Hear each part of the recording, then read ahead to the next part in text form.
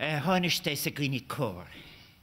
An gédal sias fircin fóilse roimh go léir agus tá óthasam go bhfuil an cógáil se díirithe rud anna hábhachtach chun ceangal idir cuasaí ocrais, cuasaí cathatha agus cuasaí ceartas óide. Tóniste, dear friends, I'm very pleased that this conference highlights the connection between hunger, nutrition and climate justice. And I'm so pleased that it is taking place during the Irish Presidency of the European Union. I want to thank Minister Joe Costello for his kind invitation to open, and I thank you all for the very warm welcome from behalf of my wife and myself. I opened in the our own language, the Irish language, respecting as I do all of your languages, and for all of you who have come from different parts of the world in different cultures, I'm so pleased that you are here. I'm pleased to note that this symposium is not only an official event of the Irish Presidency, as I've said, but it is an important event jointly organised by the Department and the Mary Robinson Foundation Climate Justice, and in cooperation too with the World Food Programme and the Climate and Food Security Centre.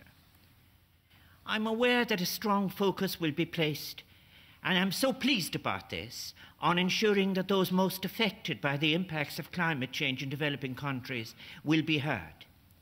And as President of Ireland, Maruk Dránahéireann, I welcome in particular those delegates from Latin America, Africa and Asia who have travelled to share their experiences, their knowledge and their skills with us. And my hope is that this meeting in Dublin will produce such an emancipatory approach to what are urgent problems as will transform and deepen the debate on hunger, nutrition and climate justice and the connection between them. Global hunger in the 21st century represents the grossest of human rights violations, and it is the greatest ethical challenge facing the global community. According to the Food and Agriculture Organization, which I visited earlier this year in Rome, while the world at the present time produces enough food to potentially feed its entire population, more than 1 billion people are undernourished, over 2 billion suffer from nutritional deficiencies, and almost 6 million children die every year from malnutrition or related diseases. The source of this hunger is not a lack of food, but the moral affront of poverty created and sustained by gross inequalities across our world, inequalities of power, economics, and technology. And while we have witnessed some significant and very welcome gains in poverty alleviation in the past 2 decades, notably in countries such as Brazil and India, there are far too many living in extreme deprivation, condemned to lives of powerlessness and relentless hardship.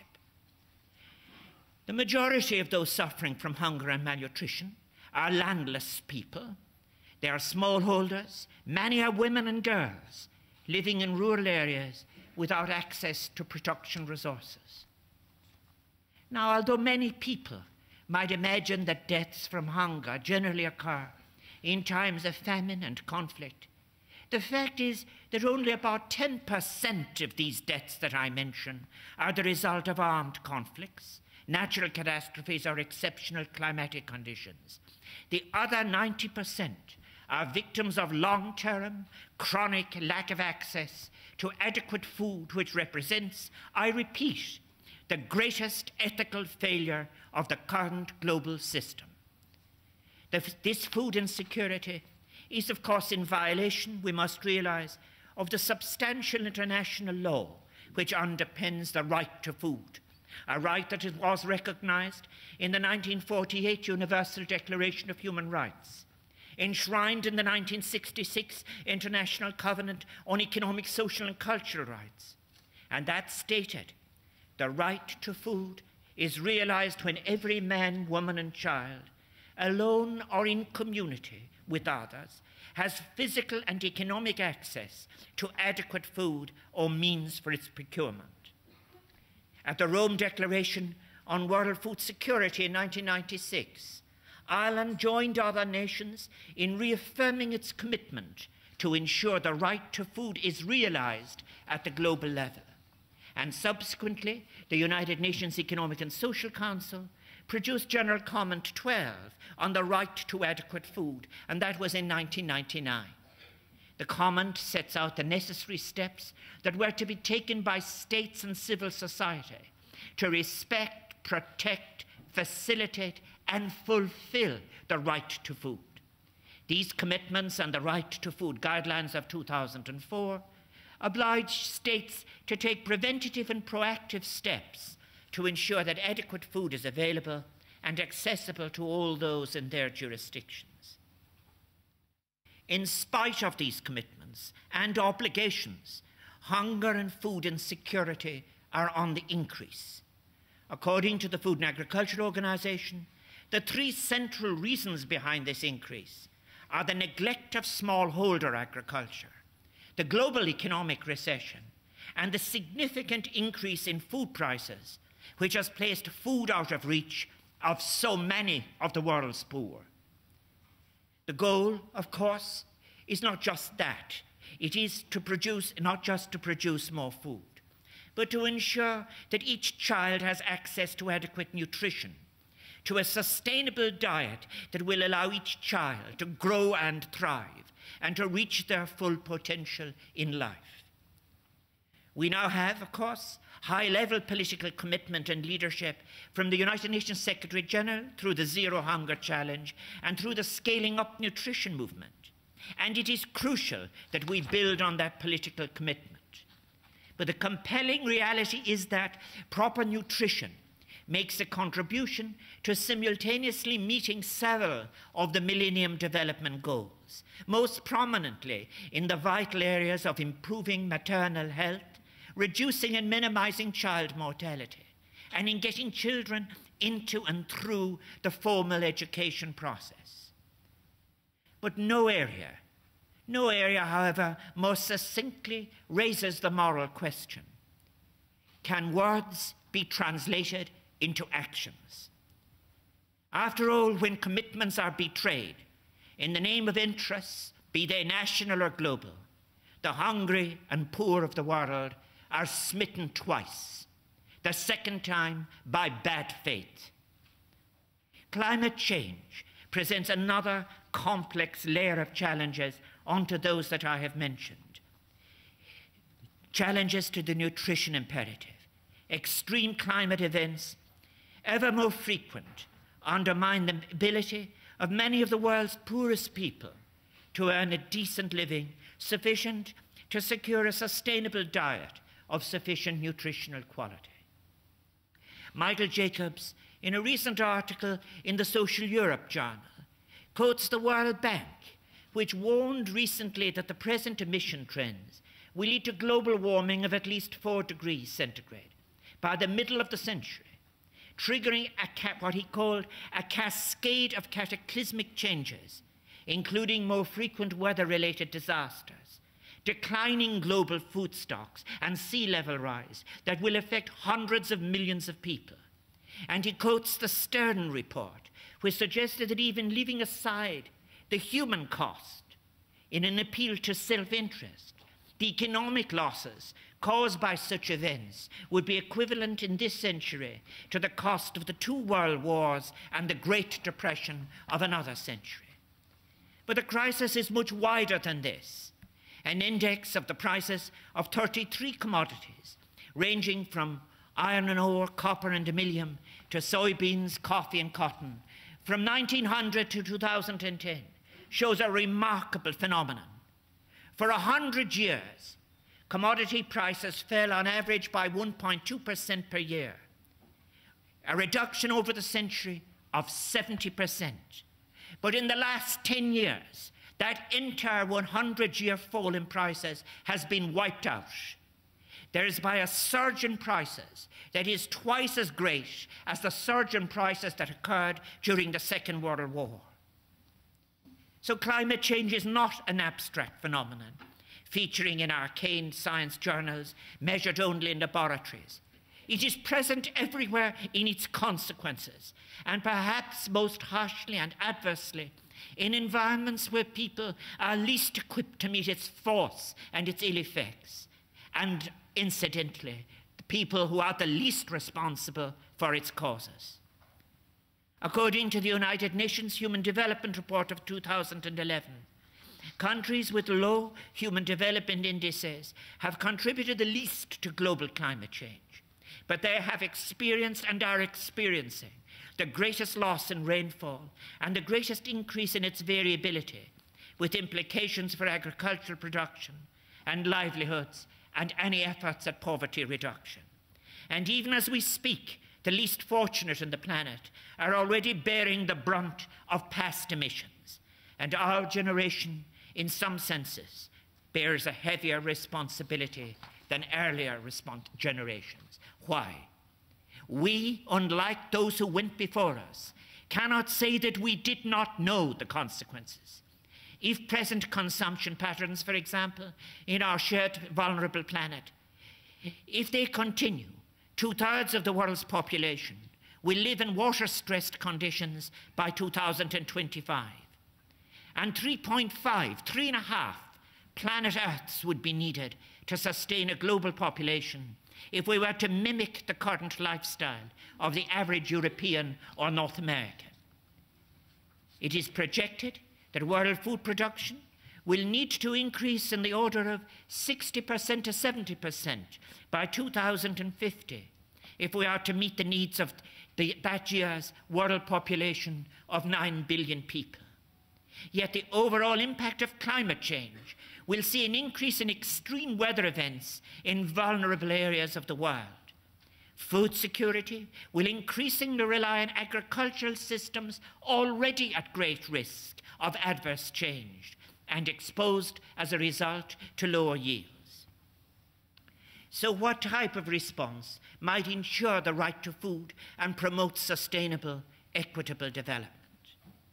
If we are to stand in solidarity with the world's poor and ensure that they have access to sufficient, safe and nutritious food, a number of fundamental issues, I believe, must be confronted.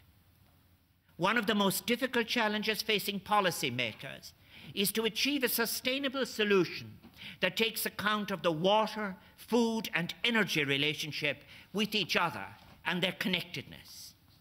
Within this relationship are changing patterns of landholding and acquisition, including the diversion of land use from food production to fuel provision. The lack of any supranational regulating or monitoring mechanism for land acquisitions has enabled the acreage of transnational land acquisitions to rise from 15 to 20 million hectares in 2009 to more than 70 million in 2012. And Africa is the prime target for these deals, with sub-Saharan Africa accounting for 2/3 of the acreage. The World Water Assessment Programme tells us that poorly regulated foreign investments in lands that could otherwise be used to feed local populations could potentially have devastating consequences on the fragile state of domestic food security. And according to the International Land Coalition, corrupt practices, behind-the-door negotiations, illegal evictions of traditional landowners, and violence against community are all common features of the current phenomenon of large-scale land acquisitions. Where such interventions are in pursuit of production of biofuels, they have, in many cases, caused deforestation, threatened biodiversity, increased food prices, and decreased food stock. The International Monetary Fund estimates that the rise in demand for biofuels accounted for 70% of the hike in maize prices and 40% of the rise in the price for soybeans between 2006 and 2008. The conclusion there is that the current pace of land acquisitions and the related concessions of water rights to investors also carries great threats, existing and potential, for transboundary cooperation in many river systems, including those of the Nile, the Niger, and the Senegal basins. We must recognize then that the particular vulnerability of smallholder farmers, pastoralists, and fishing communities is immense. Faced with shrinking productive resources, they are on the front line of shocks and extreme weather events which are having a direct impact on their livelihoods and food and nutrition security. What is urgently required is a robust regulatory framework which protects our fragile and threatened environment and which respects the right of smallholders to remain on their land and retain access to water sources. Such regulation needs to be developed as well in a collaborative way and transparently, involving practitioners from developing countries, such as many of you who are here today, and which is respectful of and responsive to their lived experiences. We also need, of course, to urgently address how we transform and transcend the unjust nature of women's experience. Equal access to productive resources must be guaranteed for women. They comprise the majority of smallholder farmers in so many developing countries. And control of resources such as land and credit is vital, as is their influence in decision-making. This will mean developing new programs and policies that are responsive to women's realities and their needs as carers and breadwinners. I very much agree with the Special Rapporteur on the right to food, Olivier de Schutter, who I'm glad to see is at this conference, who has said, food security strategies should be judged on their ability to challenge gender roles and to truly empower women. Gender sensitivity is important, but it is not a substitute for empowerment. The United Nations Special Rapporteur has called on states to implement as well multi-year transformative food security strategies that promote full equality for women by working to redistribute traditional gender roles and responsibilities. Now, while there are many still who continue to advocate for such as the De Soto model on land tenure, which proposes using land as collateral for private bank loans, I must state that that model is, I believe, a source of dispossession of women farmers of their fields and livelihoods, and the enrichment of private banks at the expense of state credit and microcredit systems. So there are structural issues within global financial arrangements too, which need to be addressed. The Irish public, perhaps due to historical experience of famine at the end of the middle of the 19th century, always responds generously and gives a lead to appeals for those afflicted by hunger and undernutrition. Yet, I must draw attention to a striking paradox in global consciousness. On the one hand, famine and deprivation can move not only the Irish community, but the global community to deep compassion and to elicit some generous responses. But on the other hand, international trade and finance arrangements, which undermine small landholders in the developing countries and threaten their livelihoods, persists and is accepted very often uncritically. Such arrangements continue in spite of decades of discussion and advocacy on these unsustainable and unequal arrangements. The global community has not yet engaged this contradiction between their compassionate instincts and the structures of narrow interests they choose to support through silent indifference or even collusion. And speculation in food commodities is a dramatic illustration of this contradiction. Such speculation has contributed to dramatic price increases for basic foodstuffs across the developing world. Professor Howard Stein of the University of Michigan has demonstrated, for instance, that while in the 1990s only 12% of the wheat futures market was held by speculators, this had grown in 2011 to 61%. The result, says Professor Stein, was a steep rise in food prices, which more than doubled between June 2003 and June 2008. The impact on food consumers in poor African countries is stark. In a survey of 58 developing countries, food prices were up by 56% between 2007 and 2010, placing millions more at risk of malnutrition and hunger. And further, capital is increasingly concentrated in the hands of a few corporations in the food sector, as ActionAid International reported in 2005. 5 companies control 90% of the world's grain trade. 6 companies control nearly 80% of the world's pesticide market. 3 companies control 85% of the world's tea market. 2 companies control 50% of the world's trade in bananas, and 3 companies control almost 80% of the confectionery market. So these are stark illustrations of a contradiction between a moral instinct and the practical arrangements by which our global community lives. Contradictions, I hope, that your conference will address.